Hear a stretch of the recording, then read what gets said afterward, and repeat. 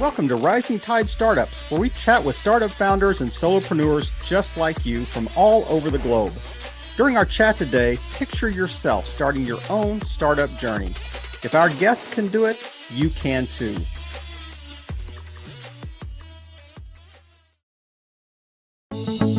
Every episode of Rising Tide Startups is sponsored by Podbrand Media.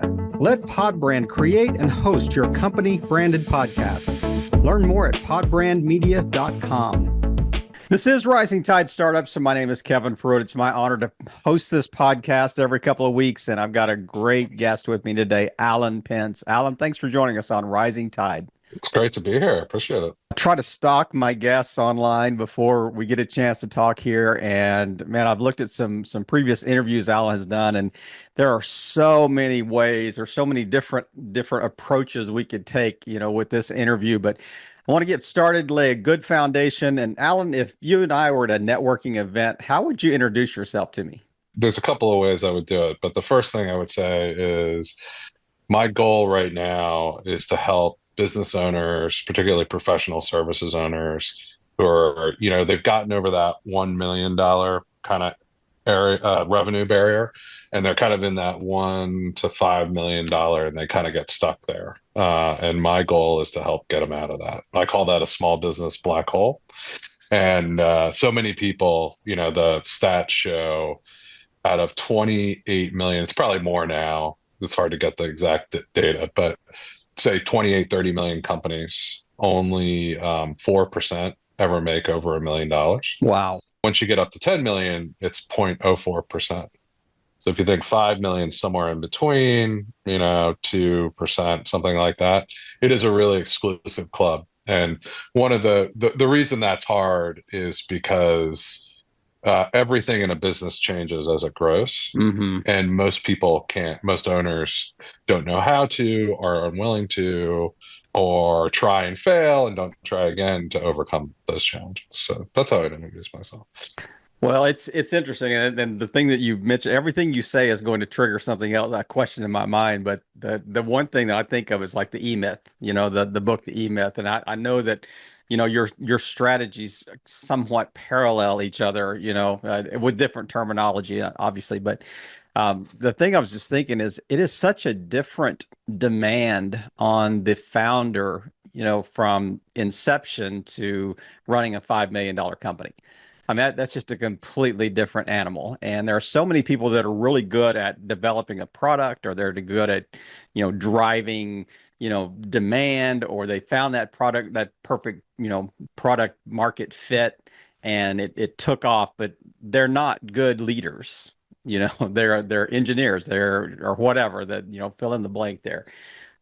Did you have to grow, from, I know early days, you launched what you were doing, you were struggling, and you kind of have overcome some of these obstacles that you are now incorporating in your coaching business.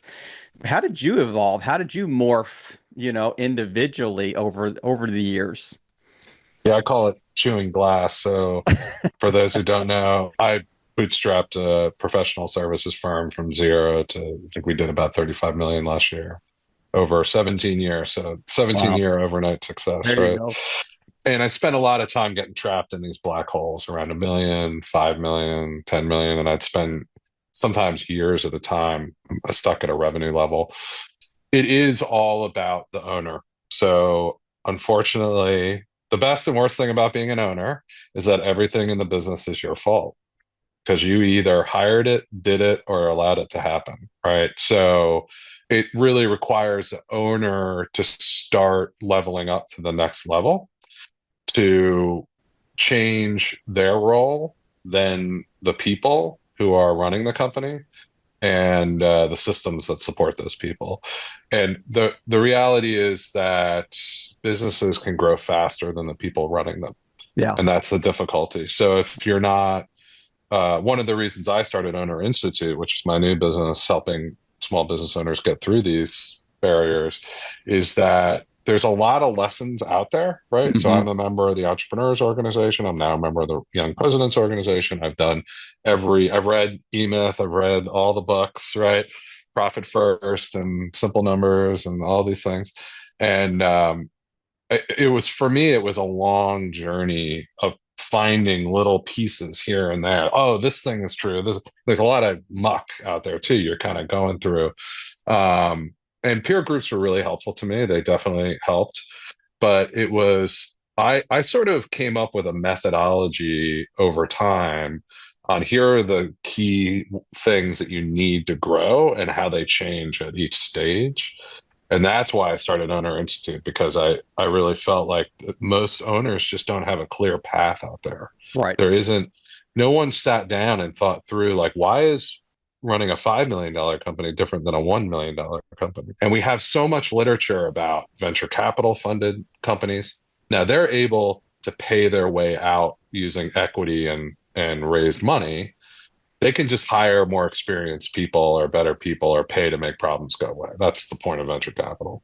And then the rest of the, business literature feels like it's written for publicly traded companies, right? Hmm. And developed at McKinsey or Boston Consulting Group. Yeah. So the advice for those owners trying to bootstrap these companies, which is really the vast majority of companies, it's probably 85, 95% of the companies, it really is, there's stuff out there that's effective. You mentioned email, but you really have to hunt and peck to find it. And Hmm. it's very, and there's a lot of bad advice too. Yeah.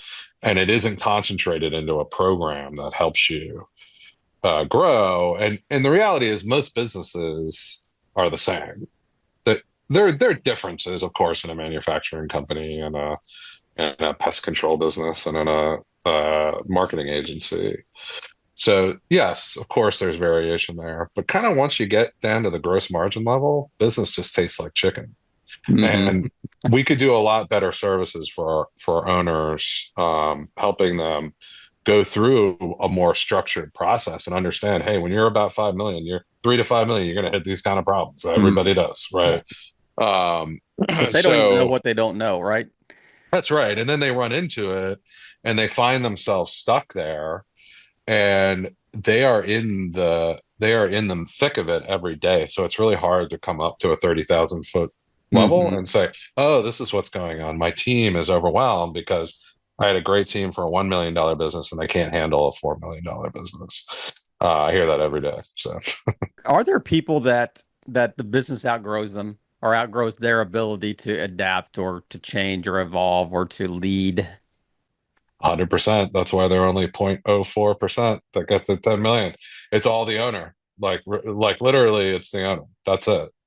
And that owner either can't master the skills at the next level, and or they won't overcome the blockers. So often that'll be people that they're loyal to. And it's a really tough thing in business. I mean, you don't get to 0.04% without getting some scar tissue.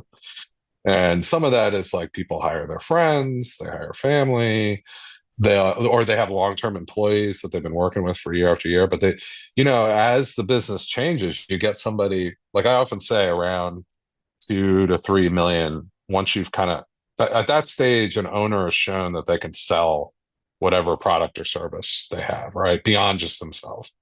They only have so much capacity. So at 2 to 3 million, you've done something right. But that's where the operational issues come in, because now you've got more stuff coming into the company every day. And often you'll have employees that rise to that occasion. I call them firefighters.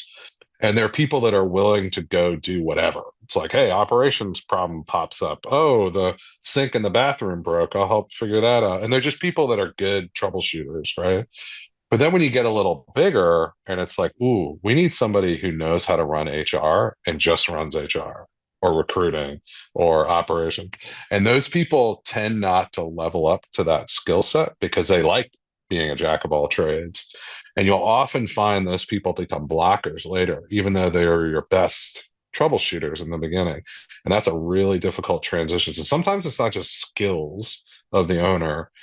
It's like they don't want to take that short-term pain of parting ways with a great person to get the long-term benefit of growing the company. And that's difficult. I mean, Of course, that's human nature. It's just it is difficult. I Hey, have the scars to show they for it, helped me Kevin. from So day one. They were here from day one, and they're the loyal compadre. They're Barney Fife or they're my sidekick Yeah, here. it's And a tough one. I mean, I've done it several times, and yeah, people's weddings I went to, and it leaves scars, definitely. yes, there is no doubt about it. I remember you mentioned something. You talk about everything's kind of revolves around the owner, but I think in another podcast you gave a quote said small businesses stay small for a reason, and you said the owner. Is that always the case, or is that a good bumper sticker that just kind of fits the case 75% of the time? Because I mean, there may be a time where you just don't have a market. There's not the TAM's not big enough, or you don't have, maybe times have changed. Like I'm all in on, CDs, and then somehow digital music just took off. You don't need CDs anymore. So are there exceptions to that rule, or is it really truly So you own the I business have a to be owner? question, Kevin. Why did Netflix succeed in that when they were mailing DVDs and they went to streaming? The owner had a vision for the future, right? And in fact, tried to get there too fast, right? And got slapped down back. I remember that. Should have bought that stock back then, but I thought about it. But yeah, so I mean, yeah, you can say there are all sorts of things like that, right? There are people you hold on to for really good reasons, and markets change, and yeah, some businesses are just crappy. But the point is that the owner's got to go look in the mirror and realize that that's the case and change something, right? And there isn't like a great playbook for that out there. That's why I started Owner Institute to try to help people do that. And you need to hold up a mirror to yourself and see what the reality is and then adjust accordingly. So no one else is going to do it. No one's coming to save you. Yeah. So you better figure it out. Yeah. And no one is going to be as passionate about your No, dream or your idea than you are. So nor is it their job to yeah, do, that right? that's a good point. That's I a always really say good point. like I did a lot of this early on, and I see a lot of owners do it where they want to like they want to do this participatory process with the team to develop strategy and vision, and of course you talk to your team like you're not stupid, right? But isn't their job to have a vision for the business? That's your job, right? So you can get input, of course, but you're there for that. If they had the vision, they'd run a business, Hmm. right? That's a great point. Then I want to correct you on something you just said. You said there's not a playbook out. Well, there is now because you created one, right? Yeah, yeah. I would say that I'm working hard to build that playbook from the pieces that have been out there. It's never going to be paint by numbers, Yeah. right? It's going to depend on the skill set of the owner. So it's going to be adaptable. And what we do, I'll do a little plug. We have on ownerinstitute.com, we have a business maturity assessment you can take. And you just go on there, it's a 6 minute thing, and it gives you a report back, scores your business across 6 key business factors. And so we're trying to use that as sort of like systematically working through your business Hmm. on those key factors. And it's going to change the path through that. It's going to change for every business and every owner, depending on their skill set and their background and their desire, quite frankly. Because that's another thing that I really preach is we start everything with a personal vision of the owner. Hmm. Because look, this is like if you go buy AT&T stock, you do or Apple stock, you do not care what the personal vision of Tim Cook is, right? You want Tim Cook to make you money Right. and buy back shares. That's what you want. But the reality is, when you own a business yourself, you are the shareholder. So you Hmm. don't have to optimize the company for profits. You can optimize it for whatever it is you want. And in fact, I think that most people are optimizing it for something that they don't even understand themselves. Hmm. So they might be fighting their own desires because they're hearing something about, oh, you should do this kind of thing or that kind of thing from well-meaning advisors. But if that's not what they want, take for instance, like I want to do M&A and I want to buy these companies. Well, do you know what M&A is like? It is hellish. It's like deals at the last minute on Christmas Eve, and then you got all these people whose lives are ruined. You got to fire people, and it's going to take all this time and effort to distract you. And it's like, is that what you want? Is that your vision? If it is, great, go do it. But understand the trade-offs that are involved in that, and understand that you're the shareholder. You get to decide, and you don't have to optimize for what Tim Cook has to optimize Hmm. for. So start with that personal vision, then shape the business strategy around it, because that's what the owner's at the center of all of So everything that you're talking about seems very owner centric, it.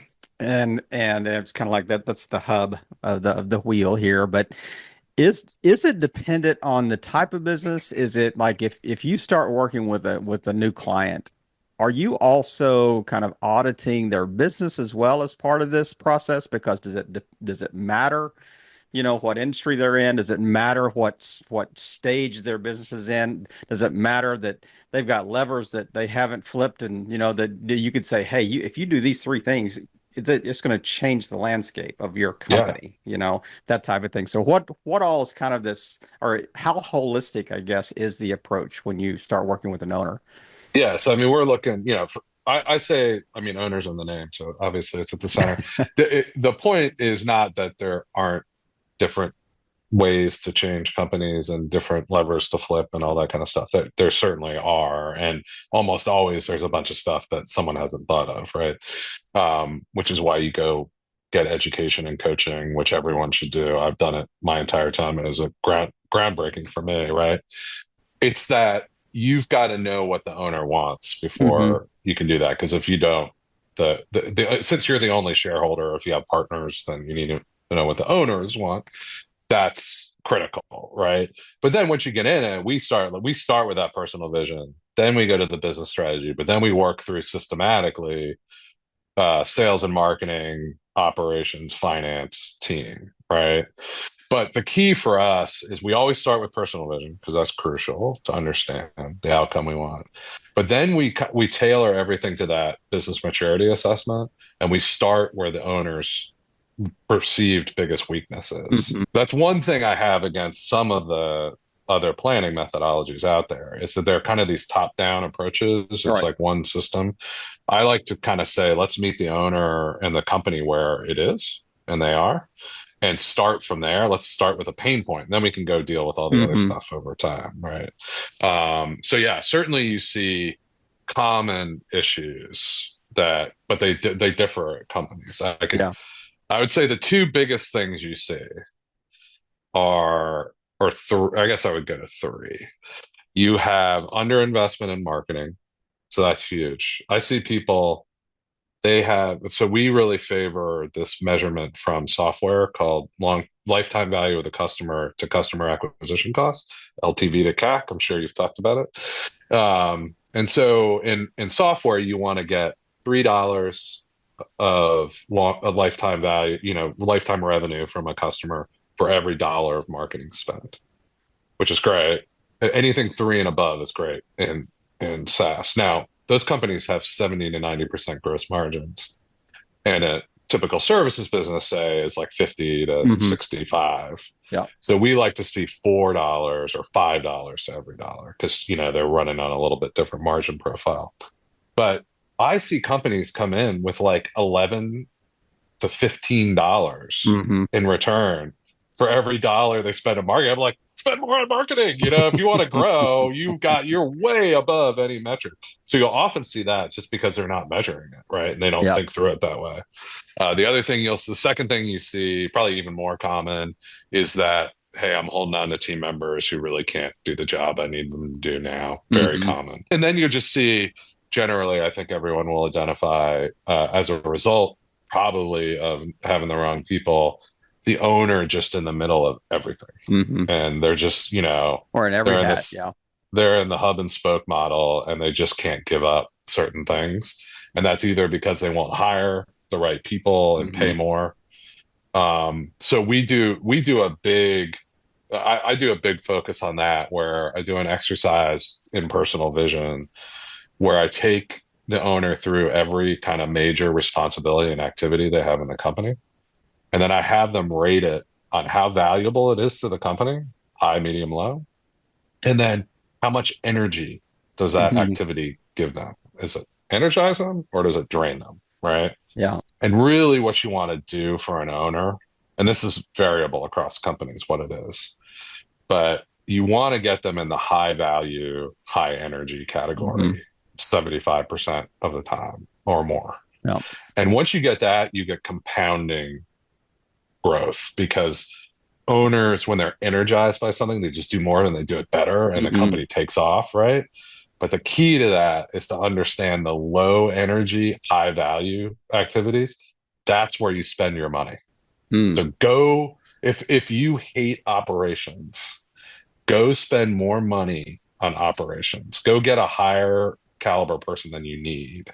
Because once you get into that, if you're in sales and marketing, which a lot of the times that's what the owners are into, once you start generating that and you're in that energy space and you're creating all this growth, what often happens is the operations completely fails and the owner ends up ping-ponging back and forth. Mm. They go back to this low energy thing that drains them, Hmm. slows the company way down, growth stops.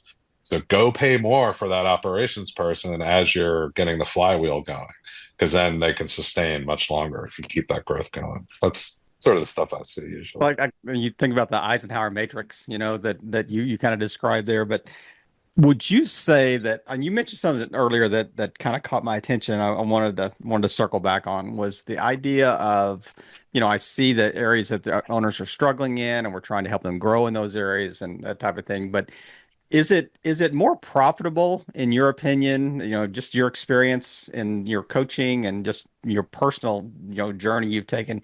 Is it more profitable to double down on owner strengths, or is it more profitable to try to take their weaknesses and raise those to a level?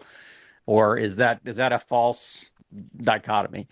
No, I mean it's certainly I think it's true for anything. It's all about doubling down on the owner's strength and then mitigating the other. That's why I Mm, say I spend the love that money on word. the Yeah. other areas where they aren't strong, right? So energy and strength tend to go together, right? Yeah. And yeah, like look, you're not going to be able to grow a company to $10 million if you don't have good operations and you hate operations, Yeah. right? So you're going to have to bring in high level talent.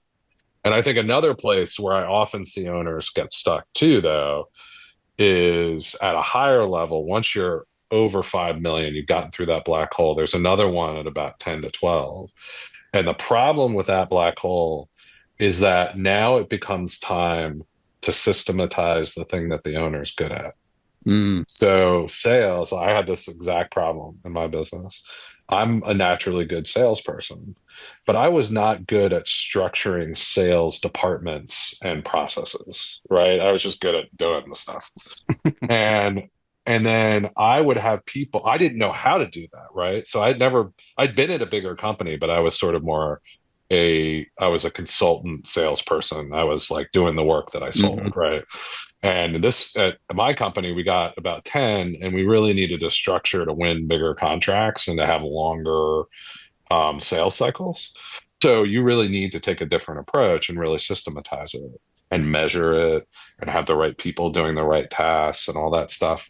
And I didn't know how to do that. So I would just start taking really good younger people who showed sales acumen and trying to get them to do it. And I called that job being Darth Vader's admiral. Like it was a great job while it lasted, but you knew you were going to get choked at some point. So I went through three or four people, and it was just terrible. This is one of these things that leaves a scar. Like it wasn't their fault. I didn't know how Hmm. to structure the sales department either. Yeah. So I'm trying to get them a job, get them to do a job I don't even know how to do myself. So, Mhm. what did I do? I paid more and got somebody who was more experienced and had worked at a bigger sales department and knew how to structure it. And they ran one part and they wanted to come in and run the whole show, right? So that was a great opportunity for them, good opportunity for us. But I could only get that person once we were around 10 million. I couldn't Yeah. afford that person Yeah. at 5.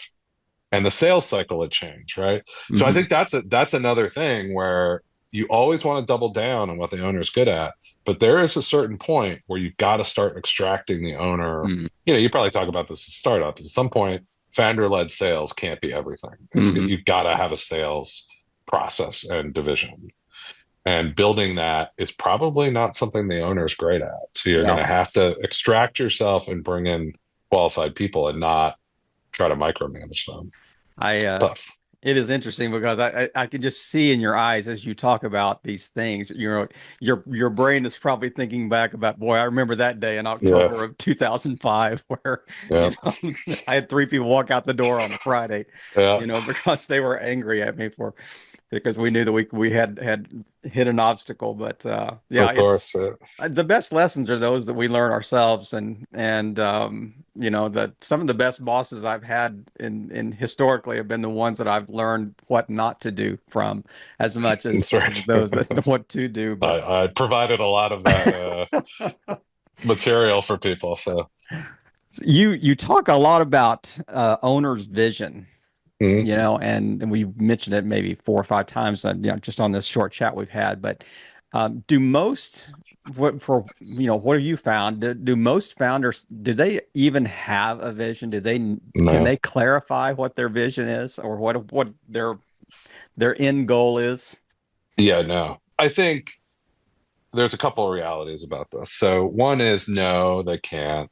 They have some rudimentary things. And again, I think it's often informed by what they read about. So they're kind of adopting somebody else's vision. And unfortunately, that vision is largely shaped by the media, which probably talks to venture capital and publicly traded companies more than they do small companies, right? Yeah. So the kind of the diet of media they're getting isn't really serving them that well.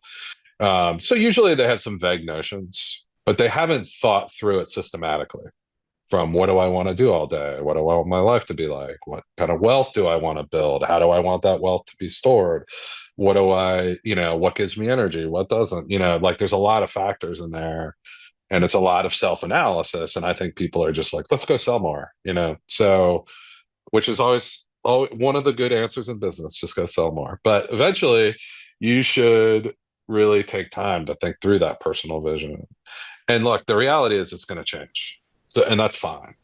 So just know what you're aiming for now, and realize that it's going to evolve over time. Hmm. But then we recommend people like once a year before your annual planning session, you sit down for an hour and think through the same questions again. Be like, Hmm. is my number my walk away number still the same? Is what I like doing still the same? You don't have to take a ton of time. But it's really essential, I think, to have that. Hmm. And somebody when you don't know what you're aiming for, you can hit it with amazing accuracy, right? So know what you're going for, so you really know how to shape the company going forward. So the company's about you and your vision, not somebody's vision you read about in Inc. magazine or Yeah. something. Such a great point. And as you were, you know, kind of framing that answer, I'm thinking, you know, if I was, you know, I am founder, but if I was having these thoughts and these discussions, is it more important to be concerned about, or to answer that question, what lifestyle do I want to have, or what legacy do I want to leave? You know, or is it a combination of those two things? And is there something else kind of in that formula that I haven't mentioned, you know, that you really want to, you know, that would start with an L, because we really want to have 3 points that start with an L so it's easy to That's remember. right. That's right. Yeah, no, I mean, I think that again, I guarantee if I'm talking to a 35-year-old owner, they're going to be more concerned about achievement, right? And then if I'm talking to a 45-year-old owner, they're probably a little more concerned about lifestyle. And if I'm talking to a 50 plus 60-year-old owner, they're probably talking about legacy. So, Yeah. I think we could call it level of wealth, right? Level of achievement or something for the first one. Yeah, so I think that's what I mean. I think it does change. And there's some exercises we do to try to elicit, the 35-year-old might not be thinking about legacy, but we try to have them. There's a good exercise you can do on that where I got it from a guy who did a thing for a YPO forum where he had you name your 90 or 85-year-old self, and then you think through like what would your 85-year-old self tell you today. Huh. And that's just like it gets, so give him mine was Chico because we were in Miami. And you have the Chico tell you what 52-year-old Alan, what like the perspective he has from, and once you think those 30 years, obviously a lot of the day-to-day Sturm and Drang of business probably goes away. You forget about all that, and it's really the long-term things that you do. So there's ways to do that, but to be honest, like a 35-year-old shouldn't be thinking too much about their legacy. They're still trying to achieve like the Hmm. first steps, right? Yeah. So makes sense, and so that's why you do it throughout the course of your career. Well, without divulging any family secrets, tell me what 85-year-old Chico, the cigar smoking Cuban, told you from Miami. um, the main lesson I took from that, there were some things like, hey, we're having some issues now with stuff in the market, and so like some of that is just that's not going to be there 30 years from now, so like it's not going to matter, right? And so that was one. But then the real lesson for me was I think my 85-year-old self is going to tell me, don't do things because you're afraid. Don't stop doing stuff. Like, don't try to make Owner Institute into what you really envision of it because you're afraid of something, right? Mm, Like, oh, like there's this problem in the market, or I don't want to spend this money, or I'm afraid that it'll get rejected. That's what I think I really took away from that exercise is like, do what your passion is.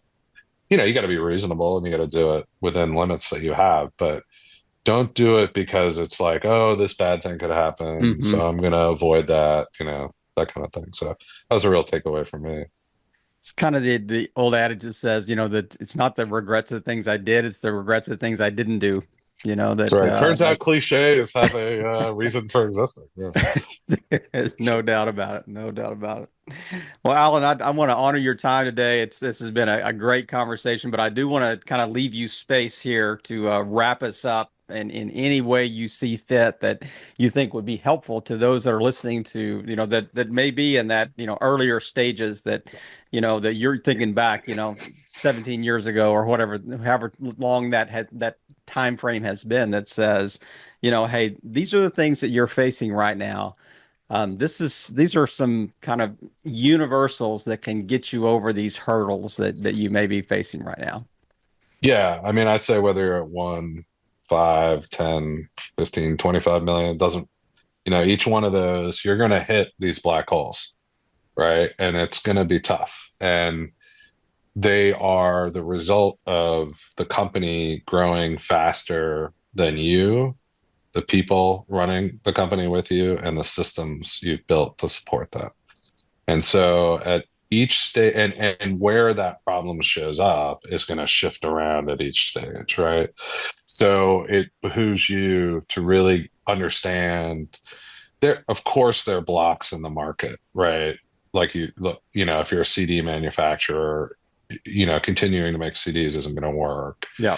Um, but so there are instances where you need to like pivot, bring in new service lines, all those kinds of things. No question. But I'd say that's 5% of the time Hmm. what the issue is, right? So, or less. So really what it's going to be is something that every business struggles with. And it's going to be the owner is overwhelmed and not focused on and again, I really focus this on bootstrapped owner-led companies, not VC. Yep. So like for those kind of companies, it's first the owner isn't selling enough. And that's what usually a company gets over 1 million because the owner knows how to sell, Mm. right? To some extent, right? Hmm. So usually at that stage, the problem is the owner's not selling enough. They're doing a bunch of other stuff. They're running over, putting out fires and operations and doing payroll and all the other BS that goes into a business, right? So at that stage, it's all about getting stuff off the owner's plate and helping them sell more. Then once they sell a lot more and the company starts growing, it's usually because they're not investing in a key hire to handle the growth on the operational or back office side. So that's around 2 to 5 million. Then once you get above that, it's because the owner hasn't structured a leadership team that can Mm. handle. He's still got the firefighters. He or she still got the firefighters running around, Yep. running the company. Now it's about starting to hire individual functional leaders who can really get that function up and running. And that's a lot more money, right? So you're not used to paying that salary. And then once you get above 10, it's like, hey, is everyone on that team? Do you have someone good at each seat at the table Hmm. for sales and marketing, operations, people, Yeah. and And and systems in then place. right, and then making sure that the owner is now not the block because Yeah. they're still doing sales, right? So at each stage it kind of shifts around. Those are kind of the common things you see. And that's why we set up Owner Institute. So you can go to our website, ownerinstitute.com, take our business assessment, and it kind of helps you pinpoint what that issue is. But just understand that everybody hits these black holes. Mm-hmm. It's inevitable. And a very small percentage of the time, it's something wrong with the business model or the business. But it's usually just one of those couple of things. And once you address it, you grow to the next level. You have, I guess, analyzed this both through your personal journey and probably through case studies and, interviews and just interactions with people that are in that similar space. But just how well you have kind of crafted a strategy around the hurdles that anyone in this space is going to face, and how this really is kind of a panacea almost, that our adaptable panacea maybe is a better word, that can be adapted to fit any hurdle, any obstacle, any issue that they're going to face, and help them move through that and grow to the next stage. And that's just exciting to see, to Well, that's be in awesome. the Thanks, in the Kevin. I startup appreciate that. space. And it's just fun to see people that have kind of cracked the nut, cracked the code, so to speak. But man, thank you for just taking time today. It has been a real pleasure to virtually meet you and just to hear your story. And I really appreciate the fact that you have spent so much time trying to educate our audience instead of just, I'm just schlepping my snake oil here, um, Well, I do say, Kevin, look, owners are salespeople, so I'm never going to say I'm not selling, there but is no but doubt yes, about it. you do want to give the education. That's the real key to it. Well, you certainly have, and we will have all those links in the show notes that the people that I encourage you to kind of reach out, take that assessment that's on the website and that he mentioned earlier, and just looking forward to seeing your growth and seeing the growth of the companies that you work with, and just thank you again for taking time today and just playing your part in helping all boats rise in a rising tide. Alan, have a great day. That's awesome. Thanks, Kevin. And now here's a quick word from one of our new sponsors on Rising Tide Startups. Every episode of Rising Tide Startups is sponsored by Podbrand Media. So you started your own company or branded podcast, and now it's fading. Let Podbrand give it new life. Check out podbrandmedia.com to learn more.